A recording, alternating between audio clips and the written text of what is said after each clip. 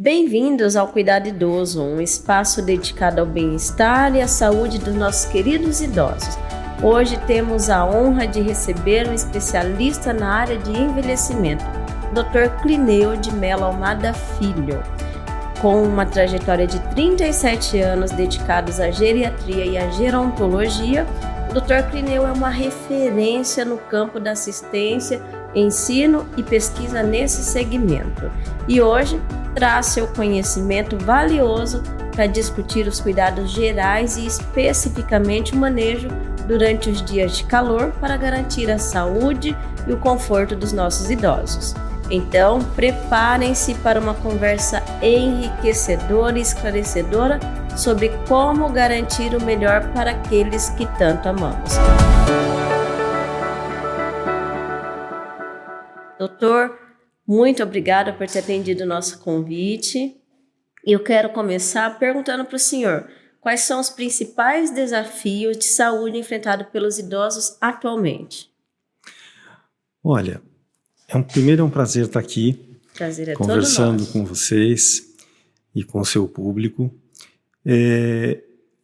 Hoje nós vivemos um momento do envelhecimento populacional, ou seja, a sobrevida das pessoas, a expectativa de vida está aumentando.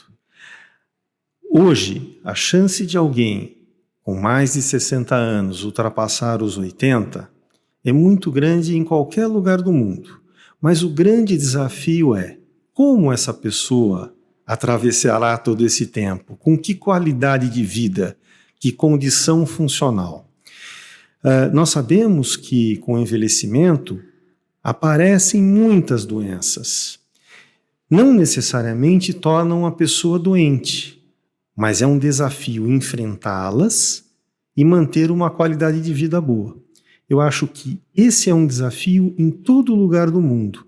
E aí, os serviços que atendem aos idosos, os serviços de saúde, os serviços sociais, recreacionais, estão tendo como se preparar para isso de uma maneira muito rápida, para poder acompanhar toda essa demanda. E quais são os cuidados preventivos mais importantes para os idosos manterem uma boa saúde? As primeiras coisas que são pesquisadas e aprovadas no mundo todo são manter uma boa condição nutricional, ou seja, se alimentar de maneira adequada, evitando tanto a obesidade quanto uma perda de peso muito grande. E também a atividade física regular, não só para melhorar a condição cardiovascular, como também para melhorar o fortalecimento dos ossos e dos músculos tão importantes no dia a dia. Claro, cuidar da saúde de uma forma geral é mandatório. Atentar-se quanto a prevenir doenças, mas também a diagnosticar precocemente doenças, evitar doenças, por exemplo, com vacinação, com uma série, hoje nós temos vacinação, uma série de condições virais, bacterianas, que podem atrapalhar o nosso curso de vida. Então, eu sempre sugiro que a pessoa procure gostar dela mesma, cuidar da sua saúde, porque essa fatura vem. Antigamente, as pessoas morriam mais cedo. Uma pessoa de 60, 70 anos era velha alguns anos atrás. E hoje essa pessoa faz parte do cotidiano, é ativa, trabalha, namora, casa. E, fundamentalmente, a pessoa tem que continuar tendo sonhos, tem que ter projetos. E aí eu não estou falando uma questão financeira, são projetos de vida. São projetos que saltem aos olhos e deem energia. E, doutora, essa prevenção ela não deve ser pensada em ser iniciada só quando eu fizer 60, só após 60. Qual idade é indicado? Ao longo da vida toda, mas que idade seria se a pessoa meio sedentária, para ela se atentar e a partir daí começar? O quanto antes, melhor. Se você pensar nos marcos do envelhecimento, até mais ou menos os 25 anos, a gente tem a maturação dos nossos órgãos. Depois disso, a gente começa a envelhecer. Ou seja, começa a ter um declínio muito discreto, que é mensurado entre os 35 e 40 anos, já começa a aparecer. Claro, um declínio importante vem com mais anos, 60, 70, 80, né? Mas o quanto antes você cuidar da sua saúde, menos chance você vai ter de ter sequelas dessas doenças. E eu quero frisar que para a qualidade de vida, no envelhecimento, 75% da chance está em melhorar o seu estilo de vida, né? Ou seja, como eu falei, ter hábitos bastante razoáveis, aqueles que todos nós conhecemos, que fazem bem à saúde. Em relação à saúde mental e também emocional dos idosos, como que a gerontologia lida com essa parte? Olha, aí são dois domínios muito importantes, né? Hoje, quando a gente fala da trajetória do envelhecimento, a gente tem que cuidar de alguns domínios que compreendem o que a gente chama hoje de capacidade intrínseca, ou seja, as capacidades físicas e mentais das pessoas. E tanto a questão mental, que aí a gente está falando da cognição, da habilidade, do exercício da nossa capacidade cognitiva, né? Quanto à questão das emoções, né? Que são muito importantes nessa fase de vida, né? Primeiro, como eu falei, bons hábitos. Segundo, as pessoas têm que ser resilientes na vida. A gente tem que entender que alguns declínios acontecem, mas que você pode superá-los ou se adaptar a eles. E isso você vai viver melhor.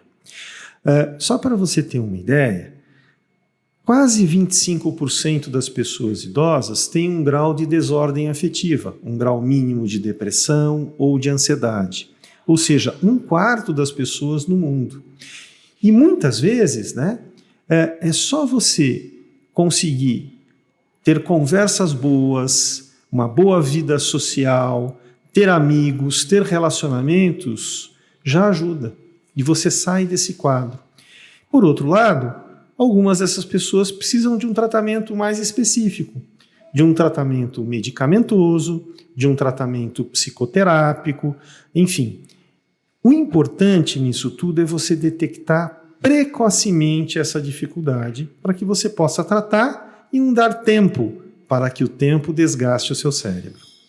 E daí um idoso procura o geriatra, assim que o geriatra ele percebeu isso. Ele mesmo cuida, precisa de um psicólogo junto, como que funciona? Olha, uma andorinha só não faz verão. Então, na verdade, é assim, o geriatra, ele é um médico com uma formação de clínica médica, né, de clínica geral, mas voltado não só às questões do envelhecimento, como também a ter um foco na funcionalidade do indivíduo. Então, a partir do momento que eu tenho um diagnóstico, muitas vezes eu posso iniciar o tratamento com medicamentos, com orientações, né, sem precisar do auxílio de outro profissional. Mas, habitualmente, para você conseguir uma boa reabilitação do indivíduo, é importante sim, você detectar o problema e ter junto, se for o caso, um psicólogo, se for um caso, um fisioterapeuta, um fonoaudiólogo, um terapeuta ocupacional, e você junto reabilitar esse indivíduo. Como eu estava falando, a gente tem nessa capacidade intrínseca alguns domínios, né? Então, o mental, o emocional, a vitalidade, que é a questão da nossa energia, a questão da nutrição, a questão da locomoção, né? Que isso é muito importante, a mobilidade que a gente vai perdendo.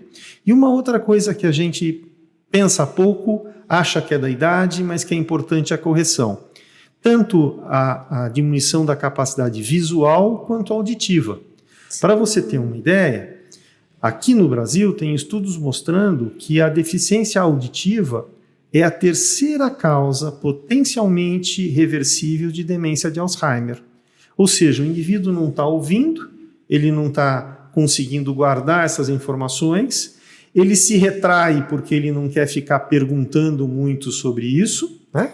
Então, vamos dizer assim, as vias de comunicação no cérebro ficam truncadas. E disso pode evoluir para um Alzheimer. Isso pode evoluir. Então, assim, dentre as causas preveníveis de Alzheimer, é importantíssimo a gente cuidar da audição.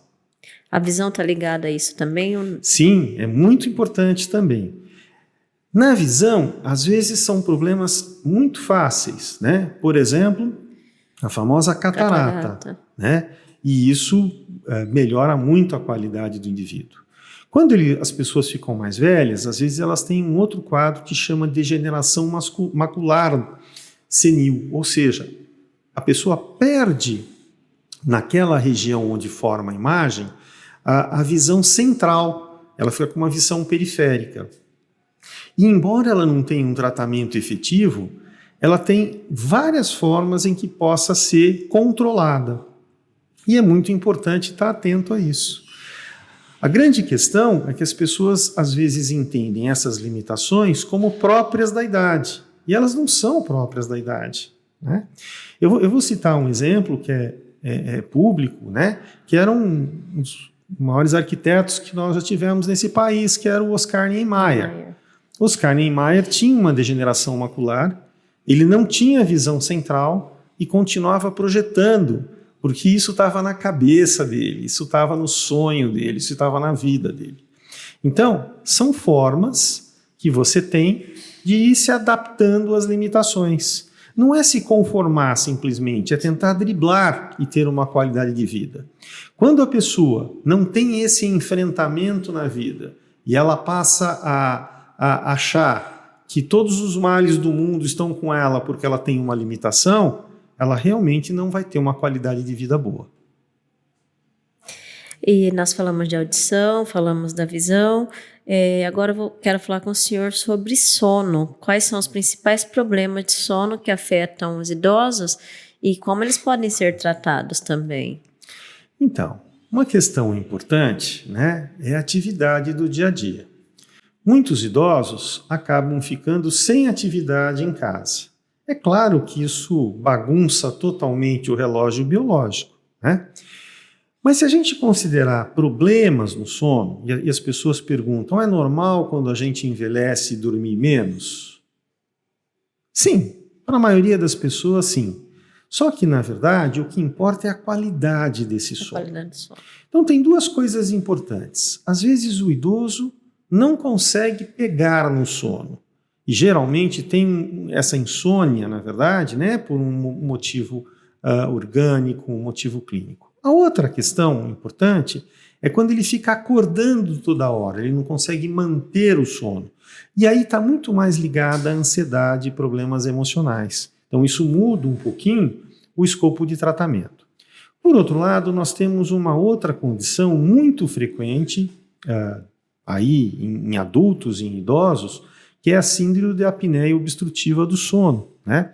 Que por alguma razão, geralmente por uma queda da parte mole do céu da boca, do palato mole, há uma restrição à entrada do ar. Então o indivíduo ronca, dorme e faz reduções importantes da oxigenação no sangue. O aumento de peso tem a ver com isso também? Muito a ver, até porque aumenta-se a gordura nessa região que está em volta da traqueia, né? Que é por onde passa o ar.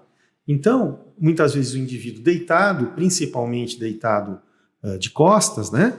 Esse indivíduo acaba tendo uma restrição à passagem de ar.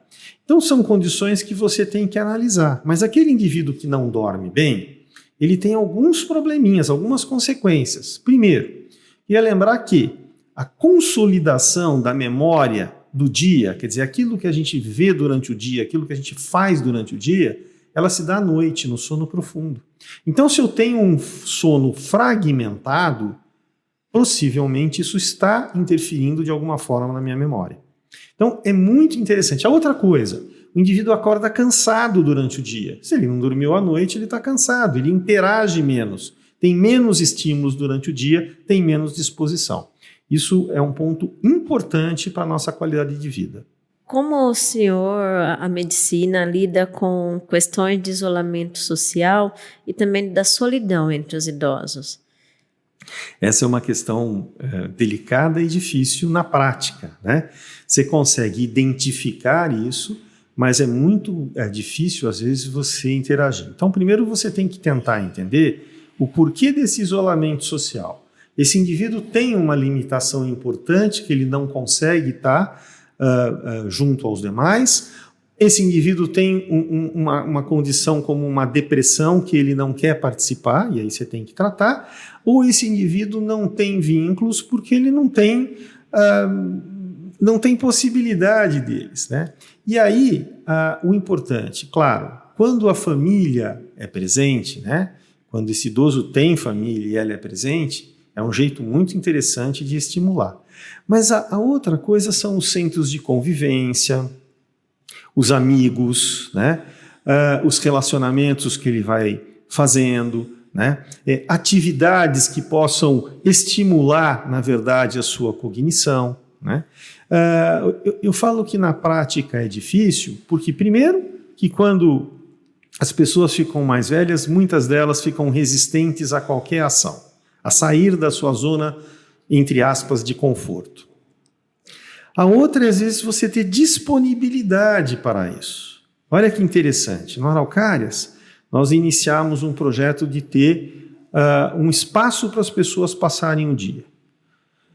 E aí fizemos vários eventos gratuitos, as pessoas iam, gostavam, participavam, mas na hora de se inscrever e ter um compromisso, vou toda terça, vou toda quinta, as pessoas não iam, desistiam, não se inscreviam. Né? Esse era aberto só para idosos? Ou... Isso era aberto para idosos. E, na verdade, não era uma questão de custo, até porque o custo nessa modalidade, era bastante acessível.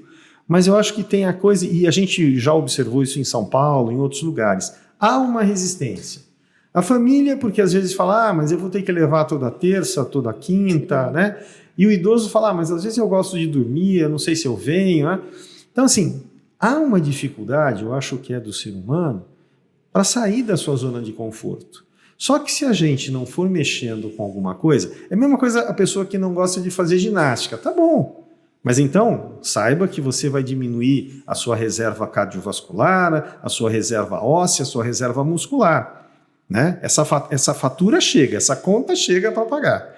Então é muito importante a gente entender isso e que isso é, vamos dizer assim, passível de correção. E quando essa fatura chega, o tratamento é sempre bem pior que a prevenção, né? Não há dúvida, prevenir é melhor do que remediar, né? Porque quando as condições já estão instaladas, tudo fica mais complicado. Eu comentei aqui que o fato de você ter doenças, e isso acontece no envelhecimento, no mundo todo, pessoas com mais de 60 anos têm de 3 a 5 doenças diagnosticadas. Tá?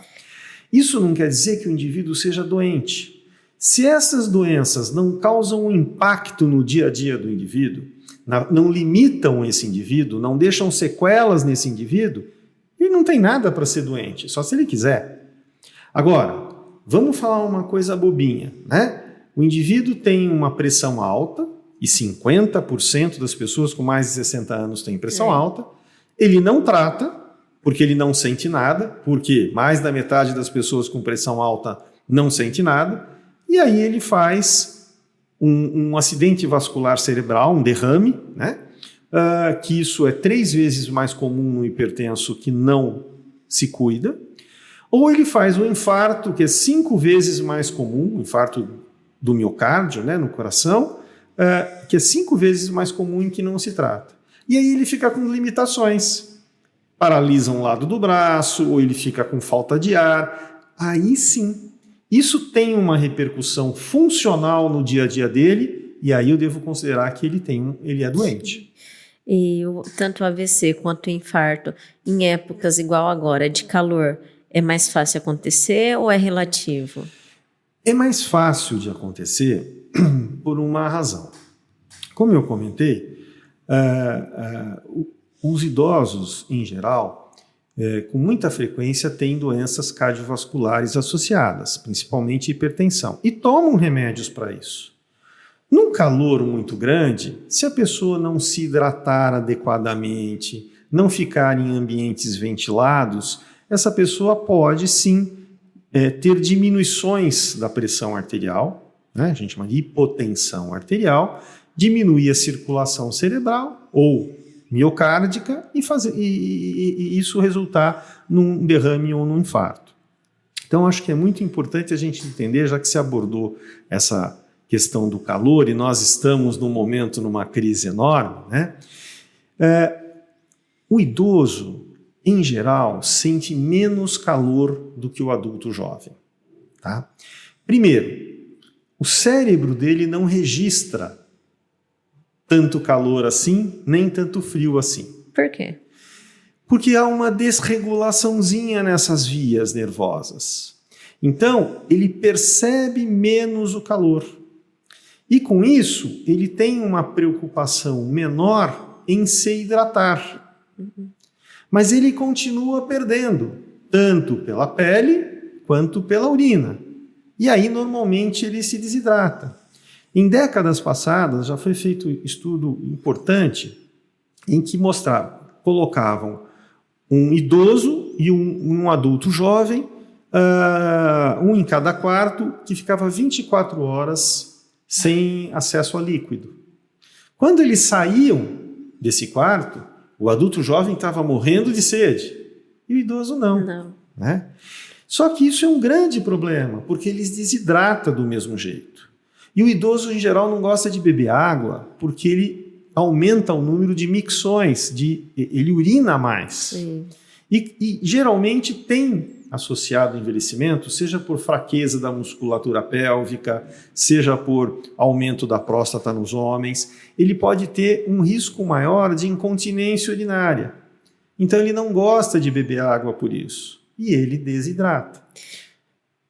Tanto homem quanto mulher? Ou... Sim, por causas distintas às vezes, mas assim, eles têm uma dificuldade em se hidratar.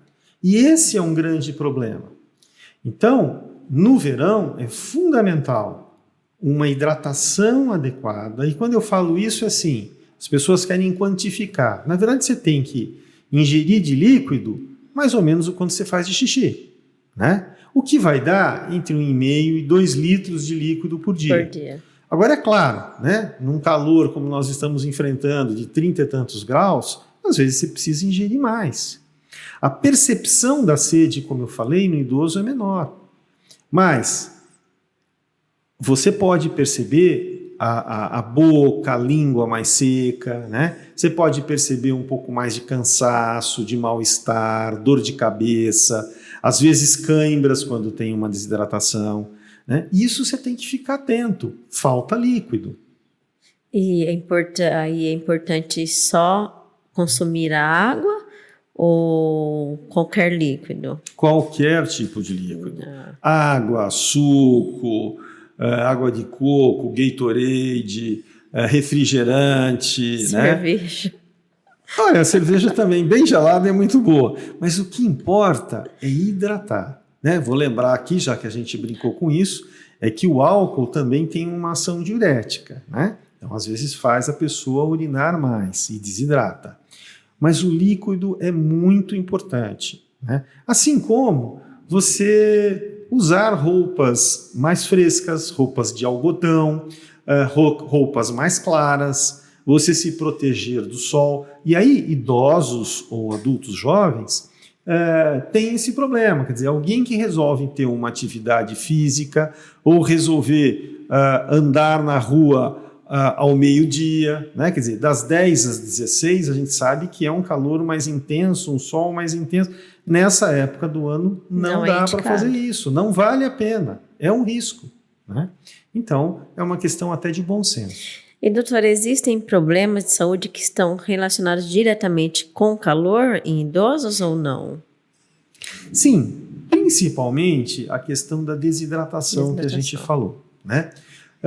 É muito interessante isso, porque pessoas que tomam remédios que às vezes baixam a pressão, nesta fase do ano, eles precisam ser revistos, muitas vezes precisam ser diminuídos.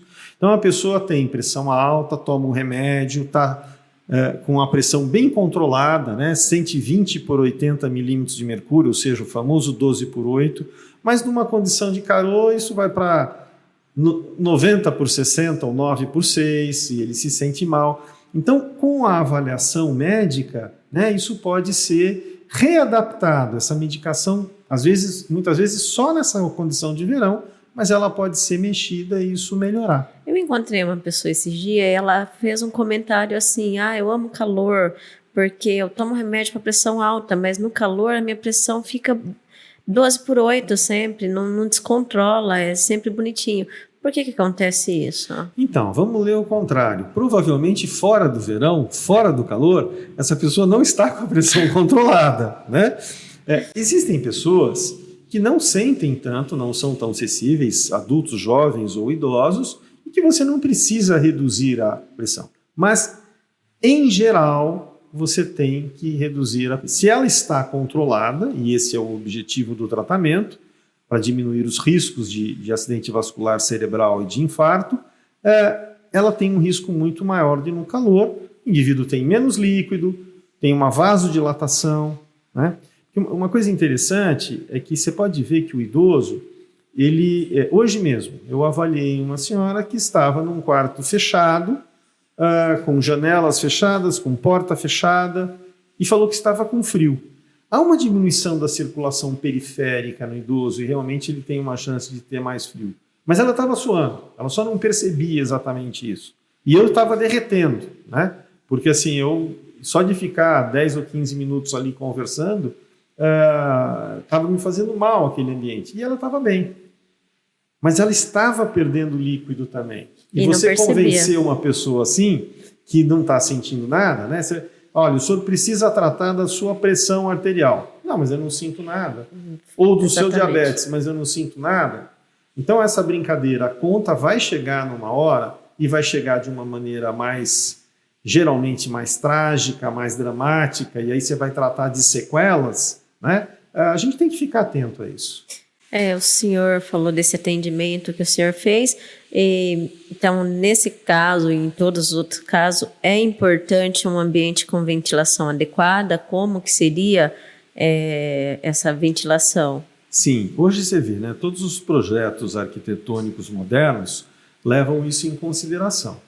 Então você ter a ventilação adequada dos ambientes, né? Claro, se possível ambientes mais amplos, né? As pessoas que têm aí em suas casas, e aqui em Itapetininga tem muitas casas mais antigas com teto alto, né? Então elas são mais ventiladas, você tem correntes. E tem os climatizadores, os ventiladores, o ar-condicionado. O que é importante nessa condição? Por exemplo, ventiladores e ar-condicionado, né? Uns gostam, outros não gostam, mas isso precisa. A questão é o vento vir muito diretamente em você. Então você pode deixar de uma maneira estratégica o aparelho, né, o ventilador, e o vento não venha necessariamente direto em você, mas deixe o ambiente fresco. O ar-condicionado é a mesma coisa. Hoje você tem aparelhos modernos que eles já não insuflam ar, né? Eles só vão soltando devagar um arzinho frio, mas sem ventilar, né? Porque é isso, algumas pessoas, mas se eu fico perto do ar-condicionado eu vou ficar resfriada, e é verdade. Ataca a sinusite. Ataca a sinusite, né? Tá bom. Então assim, o vento não precisa ficar te assolando, mas se você tiver um ambiente mais climatizado, claro que vai ser mais agradável. E entre ventilador e ar-condicionado, tem um mais indicado? Olha, o ar-condicionado, se ele não ficar numa temperatura extrema também, né? Porque o grande problema é a pessoa sair do ambiente quente, ir para o gelado, voltar para o quente, isso é problema. Sim. Mas se você deixar numa temperatura que climatize e que a ventilação não venha diretamente a você, eu acho que é muito interessante. Mas nem todos têm acesso ao ar-condicionado. Então pode usar ventiladores junto com a janela ligada, com a porta ligada, né? É comum você estar na sua casa, né? E eu percebo isso na minha, Ora, se eu abro a janela não refresca nada, mas se eu abro a janela e aquela porta vem uma corrente saudável de vento, né? Eu falo assim, que vento gostoso. Quer dizer, esse frescor, ele é muito importante. E o ventilador, a toalha molhada, a bacia de água no quarto, na sala onde tiver o ventilador, isso é mito? Não, é bom? quando você tem um clima seco, quer dizer, a umidade relativa do ar muito baixa, essa toalha molhada ou uma bacia é muito bom. Mas nós vivemos muitas vezes, principalmente no verão, um calor mais úmido, né? Nós temos aqui regiões tropicais, né? E aí isso não se faz tanto necessário. Por outro lado, né? Se você conseguir tomar banhos mais frescos, né? Às vezes as pessoas falam, eu estou com muito calor e eu vou colocar um pouquinho de água gelada nos pulsos ou aqui no alto das costas ou na nuca. Ajuda por refrescar, né? Por uma sensação de bem-estar, né? Mas não é que seja o grande tratamento. O grande tratamento é um ambiente ventilado, roupas confortáveis, você evitar o sol a pino para suas atividades e você se hidratar bastante. E em relação a cuidadores e familiares, quais medidas preventivas eles podem adotar para proteger os idosos durante ondas de calor? Então, é contribuir com tudo isso, né? Então, seja o cuidador ou o familiar, né? Ou o familiar cuidador, ele vai ter que estar oferecendo líquido, porque, como eu falei, a percepção de sede do idoso é menor do que do adulto jovem. Então, ele não vai espontaneamente, em geral, pedir líquido. E muito comumente, você está conversando com o idoso e fala, olha, o senhor precisa tomar líquido. Ele fala, então, eu tenho um copo d'água aqui do meu lado o dia inteiro, mas o copo fica o dia inteiro mesmo cheio, né? Então, isso não é tomado. Então, esse estímulo, né? O senhor quer mais gelada, quer misturada, quer água em temperatura ambiente, quer um suquinho, quer... Então, tem que ter um estímulo muitas vezes, né? A outra coisa é aquela ideia errônea de deixar no quarto para evitar qualquer contaminação, deixar tudo fechado ou porta fechada, não vai fazer bem, né? Então, eu acho que os cuidadores eles têm uma importância, né, em estar fazendo essa supervisão. Doutor, nós falamos da importância da ventilação adequada. É diferente um local com ventilação adequada para um adulto e para um idoso? Ou é a mesma coisa? Os dois vão sofrer, né? Eu já sofri enquanto adulto jovem e estou sofrendo enquanto idoso. Mas, na verdade, você precisa... o idoso, ele sente um pouquinho mais porque ele percebe menos. Ou seja... O jovem já fica encalorado, ele já fala, eu preciso tomar um líquido, eu preciso abrir a janela, e o idoso não. Então, ele não toma o líquido, ele não abre a janela, ou seja, quando ele tem uma diminuição da pressão, quando ele desidrata, quando ele se sente mal, é que tem essa percepção. Dando esses exemplos, eu recentemente atendi uma paciente, aqui em Itapetininga, que estava... eu cheguei na casa, eu atendi na sala e a casa hermeticamente fechada. Aí eu deixei a porta, tinha um vidro, né? Eu tenho esse costume. Eu deixei a janelinha aberta e voltada para mim. Eu vi que ela até não gostava. Daqui a pouco chegou a filha, né? Pelo menos aí 30 anos mais jovem que ela. E fechou também. E fechou a janela também. E eu falei, eu vou morrer aqui, né? Eu precisei pedir para abrir, porque eu percebi que não era possível. E para elas estava normal. Mas certamente estavam tendo perda hídrica. O senhor comentou desse atendimento na casa. No Araucárias, foi tudo planejado pensando já nesse fato também, pensando como seria melhor para os idosos? A construção do Araucárias, né, e não fomos nós que construímos, ela é de uma casa com teto bem alto e bastante arejada. Então você tem esses fluxos, né? E você tem muito jardim, árvores, etc. e tal. Mesmo assim, né, olha que interessante, o jardim, existe uma varanda no Araucárias. as pessoas gostam de ficar lá não só por estar perto das árvores e tal, porque tem uma fonte, e essa fonte, na verdade, dá um frescor para o ambiente. Lá nós usamos ventiladores, tentamos deixar em posições estratégicas, né? Mas sim, quem construiu a casa nos facilitou, teve esse planejamento, essa ideia de deixar uma casa bem arejada. E é interessante, porque no calor a nossa casa não esquenta tanto e no frio ela não esfria tanto, né? Então isso dá um equilíbrio. Que bom. E como idosos, doutor, podem manter o ambiente seguro em suas residências para lidar com o calor extremo? Então, a questão é estar atento a isso, né? Então, aqueles idosos que têm condição dessa percepção, né, principalmente aqueles que possam estar nos ouvindo, esses têm que pensar, olha, a minha casa tem que ficar arejada, eu tenho que tomar líquido. Agora, o problema está naqueles idosos que não conseguem, que têm limitações cognitivas ou funcionais, então não conseguem ir, por exemplo, não só percebem menos a sede, como têm dificuldade em ir buscar um copo d'água. Ou tem limitações do tipo, não enxergo para ir até lá, né? E aí sim, as famílias têm que estar auxiliando e reforçando e facilitando e deixando as coisas mais fáceis para que ele possa se mobilizar e ter acesso ao líquido. Nós já falamos de alimentação, mas no calor, a alimentação do idoso deve ser diferenciada? Na verdade, eu acho que de todos nós, né? Então, alimentos muito quentes, né, vão dar uma sensação de mais calor. Ou as comidas pesadas, né, as carnes, os feijões, que são fontes energéticas importantes, né?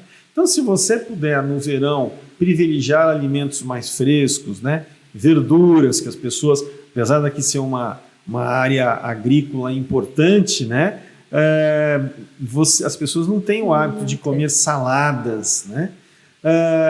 Alimentos mais frutas, carnes, por exemplo, se você puder comer mais peixe, nessa época, nada contra a carne vermelha, eu adoro carne vermelha e deve ser ingerida, mas alimentos mais frescos, refeições que diminuam, na verdade, o nosso aquecimento metabólico, elas são mais confortáveis, sem dúvida.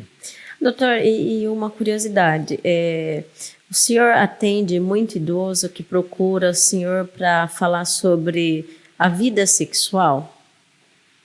Olha, há um tabu muito grande sobre isso, né?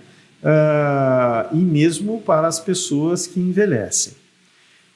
Os homens, até por uma questão cultural nossa, talvez eles se sintam com mais liberdade. Sim. Principalmente quando eles entram na consulta sem os filhos, sem esposa, né? As mulheres têm mais dificuldade de falar sobre isso. As mulheres que estão envelhecendo, né, mas que não são da geração de 80, são da geração de 60, 70, elas têm mais liberdade de poder falar das dificuldades ou das aspirações, dos desejos, né? Porque o sexo faz parte da vida, né? E não é só para procriação. E tem uma questão da nossa pulsão, né? Quando você fala de libido, você fala de desejo, não só sexual, de desejo pela vida, né? E essas coisas se misturam. Então a gente tem que tentar separar o que é a perda do desejo, que aí tem uma coisa de energia, de prazer na vida, né? E o que é uma outra de limitação física. Por exemplo, os homens com uma disfunção erétil, as mulheres com um ressecamento, muitas vezes, de toda a mucosa genital e uma dificuldade de poder estar tendo relação sexual. E nesse caso da disfunção erétil, muitos homens, às vezes, eles se automedicam. Qual a importância de nunca fazer isso? Eu acho que o importante é a gente saber que remédio faz bem, mas também faz mal, né? Então, em geral, Esses remédios fazem mal para quem? Para quem toma remédios que causem vasodilatação. Já como nós estamos falando do verão, o calor causa vasodilatação. Então, eventualmente, esses remédios, que são internacionalmente conhecidos, né? E praticamente a indústria farmacêutica nessa área é uma das que mais fatura no mundo, mas que, na verdade, embora eles sejam seguros na maior parte do tempo, em algumas condições e para algumas pessoas, eles podem dar efeito colateral. Então, principalmente aquelas pessoas que têm problemas cardiovasculares e que tomam determinados tipos de medicamentos para isso. Então, a orientação de um profissional, de um médico, é bem importante para que tudo corra bem. Para terminar, doutor, eu já ouvi casos de que o uso tinha que tomar por exemplo, tomou a mais, causou infarto. Acontece mesmo isso? Pode acontecer sim, né? Eu quero ressaltar que assim, a gente precisa entender se esse indivíduo toma um medicamento ou não e se esse medicamento teve alguma coisa a ver com isso. Mas o excesso de vasodilatador pode sim, né? Pode sim causar. Eu lembro de uma situação de um paciente que eu atendi há mais ou menos uns 25 anos atrás. Era um senhor de 95 anos. E esse senhor sempre falava, ele fazia questão de falar na consulta, né? Que ele tinha uma vida sexual satisfatória, né? Como ele era muito delicado, ele falava assim, eu sou muito sensível ao toque feminino, mas querendo me deixar claro, né, que isso era importante para ele. E um dia eu fui chamado para atender esse idoso que tinha desmaiado. E aí a família muito aflita, a esposa dele na época acho que tinha uns 89 anos, e eu pedi para todo mundo sair do quarto para eu poder examinar, simplesmente por isso. Ele já estava melhor e quando ele abriu o olho assim para mim, ele falou, doutor, eu nunca mais vou bisar. Ou seja, ele tentou uma segunda vez e aí ele teve uma síncope. Mas eu estou dando esse exemplo porque é bem possível a gente ter uma vida sexual saudável, apesar da longa idade.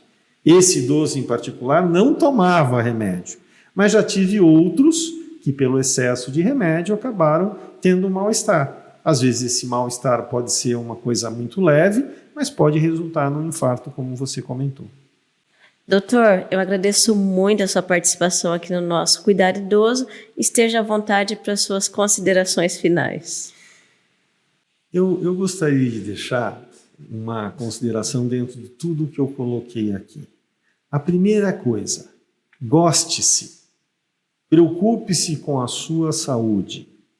A chance que você tem de ficar velho, ela é muito grande. Mas um velho sacudido, com saúde, com bem-estar ativo, só vai trazer experiência para toda a sociedade, para todo mundo. Isso causa orgulho, admiração, né? Uma coisa saudável. Então cuide-se, se você pode se prevenir, se você pode ficar atento a condições de saúde que não estão completamente normais, faça isso. Procure um profissional, cuide, e não deixe nunca, né, que a amargura, a tristeza das modificações do dia a dia atrapalhem o seu viver. Porque se a gente está aqui, moço ou velho, é porque há uma razão para a gente estar aqui. Há um desempenho esperado para a gente, né? Então vamos lá. Eu não posso terminar sem perguntar para o senhor, quem está acompanhando a gente agora e tem alguma dúvida, quer falar com o senhor, como que faz? Olha, eu vou deixar o telefone do Araucárias Residencial Sênior, que é 15-3271-8419. E as pessoas que quiserem entrar em contato, será um prazer. Muitas vezes eu não posso atender na hora, eu estou em outra atividade, atendendo alguém, ou não estou no residencial, mas deixando o recado, de alguma forma a gente vai estar conversando. Dr. Clineu, mais uma vez, o meu muito obrigado por atender o nosso convite e estar aqui dividindo o seu conhecimento com a gente. Obrigado a vocês. E assim chegamos ao final de mais um episódio do Cuidado Idoso. Lembramos a todos os nossos ouvintes e espectadores que a saúde dos nossos idosos merece atenção constante. Vamos aplicar as orientações e recomendações compartilhadas aqui pelo Dr. Clineu em nossas rotinas, assegurando que nossos queridos idosos estejam sempre protegidos e confortáveis, especialmente durante as altas temperaturas. Fiquem ligados para mais conteúdos informativo e relevante aqui no Cuidado Idoso. A saúde dos nossos entes mais velhos é uma prioridade e juntos continuaremos a aprender e a crescer na busca por proporcionar-lhes uma vida plena e saudável. Lembre-se, cada gesto de cuidado faz a diferença na vida dos nossos idosos e até o próximo episódio.